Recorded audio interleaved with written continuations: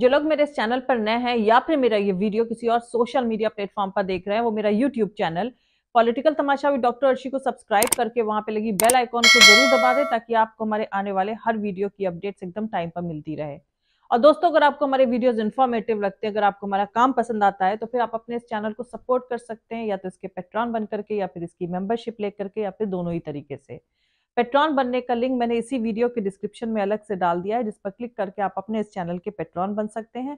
और मेंबरशिप लेने का लिंक भी इसी वीडियो के डिस्क्रिप्शन में अलग से दिया गया है, जिस पर क्लिक करके आप अपने इस चैनल के मेंबर बन सकते हैं। तो चलिए आज के सियासी तमाशे के सफर को शुरू करते हैं।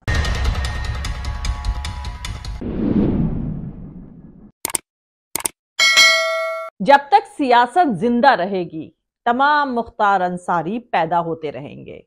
मुख्तार अंसारी भारत में कोई पहले बाहुबली नहीं थे और ना ही आखिरी बाहुबली होंगे। सियासत जिंदा रहेगी तो बाहुबली भी आते रहेंगे, क्योंकि सियासत ही बाहुबली को जन्म देती है। भारत में बाहुबलियों का एक बड़ा इतिहास रहा है और बाहुबलियों के इतिहास में कभी हिंदू मुसलमान मुद्दा रहा ही नहीं। बाहुबली बनना इनकी मजबूरी थी, पर इन बाहुबलियों ने नफरत को नहीं चुनने की ताकत दिखाई। हाजी मस्तान, करीम लाला, वरदराजन, हरिशंकर तिवारी, हनुमान पांडे, हेमंत मंडल जैसे सैकड़ों नामों की फेहरिस्त है, जिन्होंने सारे क्राइम करे पर कभी नफरत या दंगा नहीं किया। भारत के बाहुबलियों के घर की चौखट से कभी कोई खाली हाथ गया हो, ऐसा तो हुआ ही नहीं। फरियादी का मजहब नहीं, उसकी जरूरतों को आगे रखा गया। भारत में बाहुबलियों ने 1990 या बाबरी की शहादत के बाद से नफरत का इस्तेमाल किया। दाऊद इब्राहिम हो या छोटा राजन हो, ऐसे लोग बाहुबली नहीं आतंकी माने गए। वोकैबलरी ही बदल गई। पर मुख्तार अंसारी पुरानी रवायत वाले बाहुबली थे। अपराध कम नहीं थे, पर उनके क्राइम में वो सियासी नेता भी शामिल थे जो खुद को ईमानदार कहते थे या कहते हैं। लेकिन मुख्तार अंसारी कभी भी नेताओं के नफरती खेल में शामिल नहीं थे। ये बड़ा फर्क है। मुख्तार अंसारी के साथ कौन थे? मुन्ना बजरंगी, सुनील महेश्वरी, हनुमान पांडे और ना जाने कितने लोग, जिन्हें मौजूदा अवाम गैर मुसलमान कह सकती है। हर क्रिमिनल का आखिरी दौर बुरा होता है, पर जब दौर बुरा हो तो हर इंसान क्रिमिनल बन जाता है।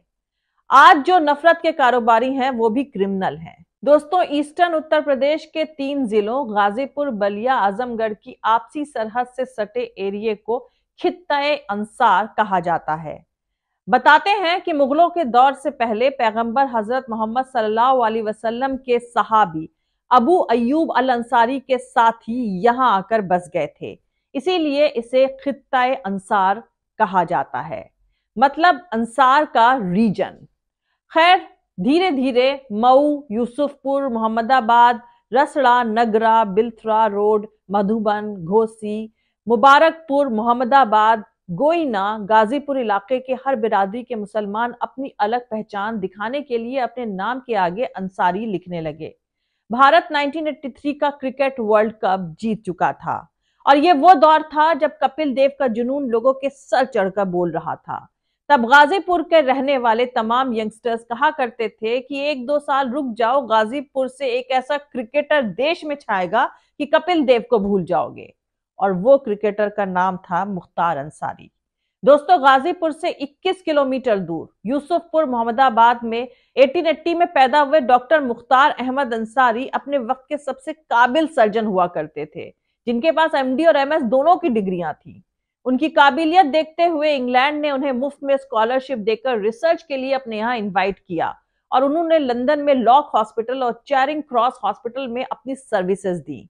इंग्लैंड में रहते हुए उन्होंने सर्जरी में इतनी पॉपुलैरिटी हासिल करी कि आज इंग्लैंड के मशहूर चैरिंग क्रॉस हॉस्पिटल में उनके काम के रिस्पेक्ट में एक अंसारी वार्ड अभी भी मौजूद है। बाद में डॉक्टर मुख्तार अहमद अंसारी अपने प्रोफेशन को छोड़कर भारत की आजादी के आंदोलन में कूद गए और महात्मा गांधी के साथ कदम से कदम मिलाकर चलने लगे।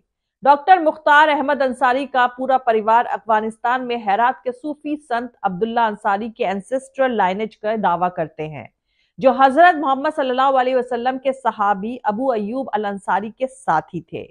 डॉक्टर मुख्तार अहमद अंसारी आजादी के आंदोलन के दौरान में 1927 में कांग्रेस के प्रेसिडेंट थे और ये इतिहास है कि उन्हें देखते ही महात्मा गांधी उनकी रेस्पेक्ट में खड़े हो जाया करते थे। फ्रीडम मूवमेंट में डॉक्टर मुख्तार अहमद अंसारी का कद कितना बड़ा था, ये इससे अंदाजा लगाइए कि वो इंडियन नेशनल कांग्रेस और मुस्लिम लीग दोनों के ही प्रेसिडेंट थे।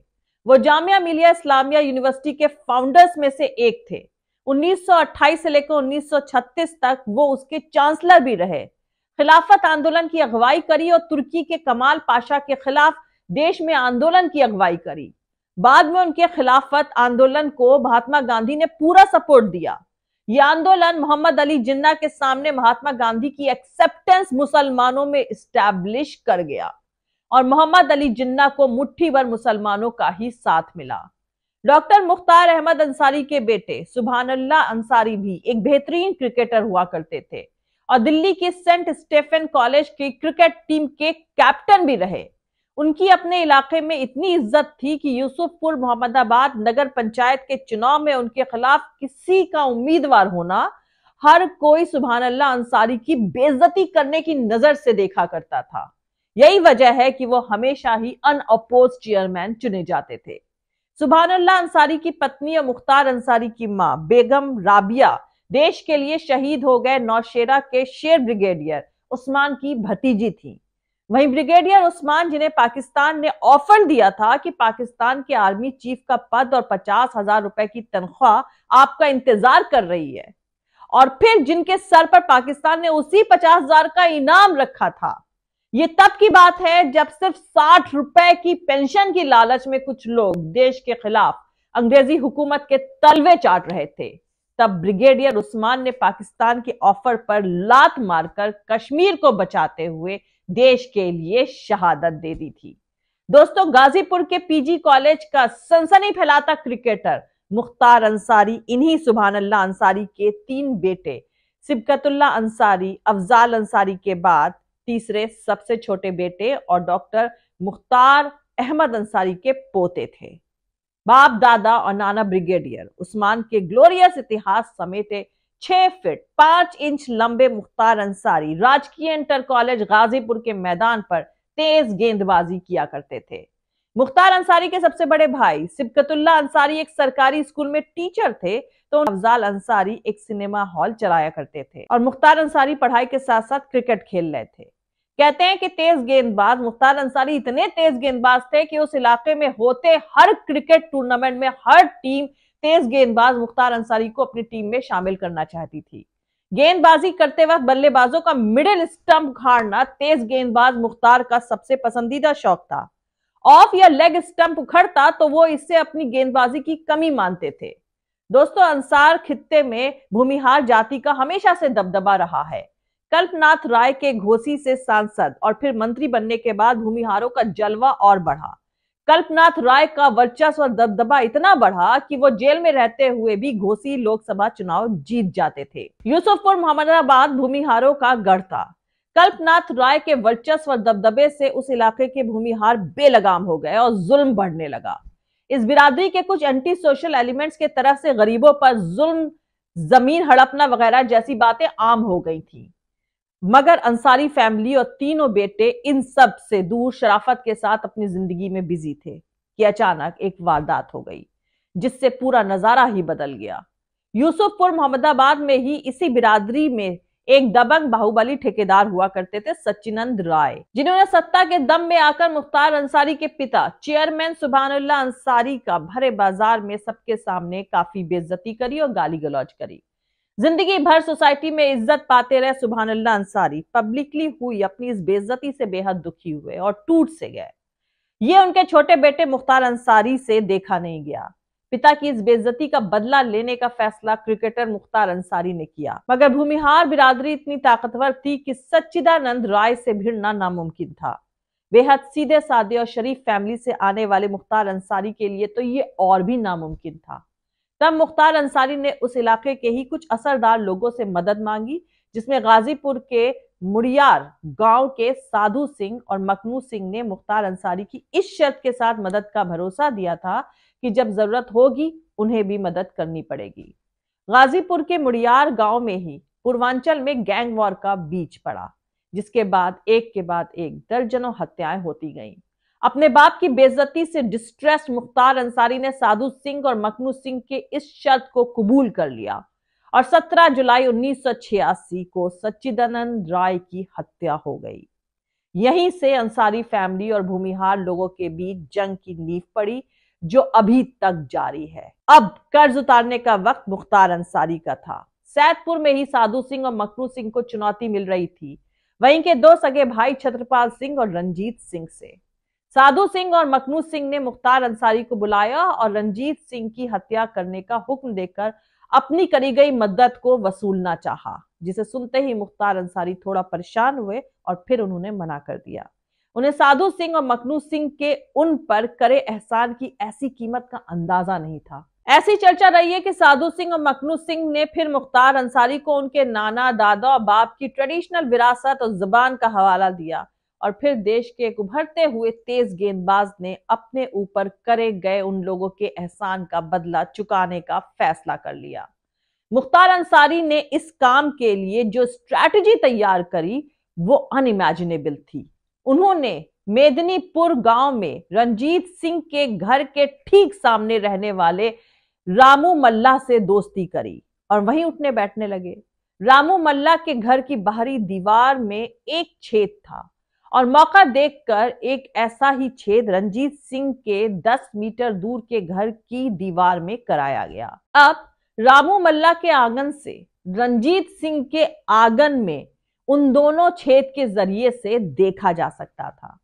एक दिन रंजीत सिंह अपने आंगन में बैठे थे कि रामू मल्ला के आंगन से दोनों छेदों को निशाने में लेकर गोली चली और रंजीत सिंह की हत्या हो गई। हालांकि अभी तक किसी भी हत्याओं में मुख्तार अंसारी का नाम सीधे तौर पर नहीं आया, मगर इलाके में यह चर्चा आम थी कि ये किसने किया। इसी के चलते दबंग भूमिहारों से परेशान हर गरीब लोग मुख्तार अंसारी के पास अपनी फरियाद लेकर आने लगे और मुख्तार अंसारी सबकी मुमकिन मदद करने लगे और इसी के चलते वो भूमिहारों के जुल्मों के खिलाफ एक हीरो की तरह उभरने लगे।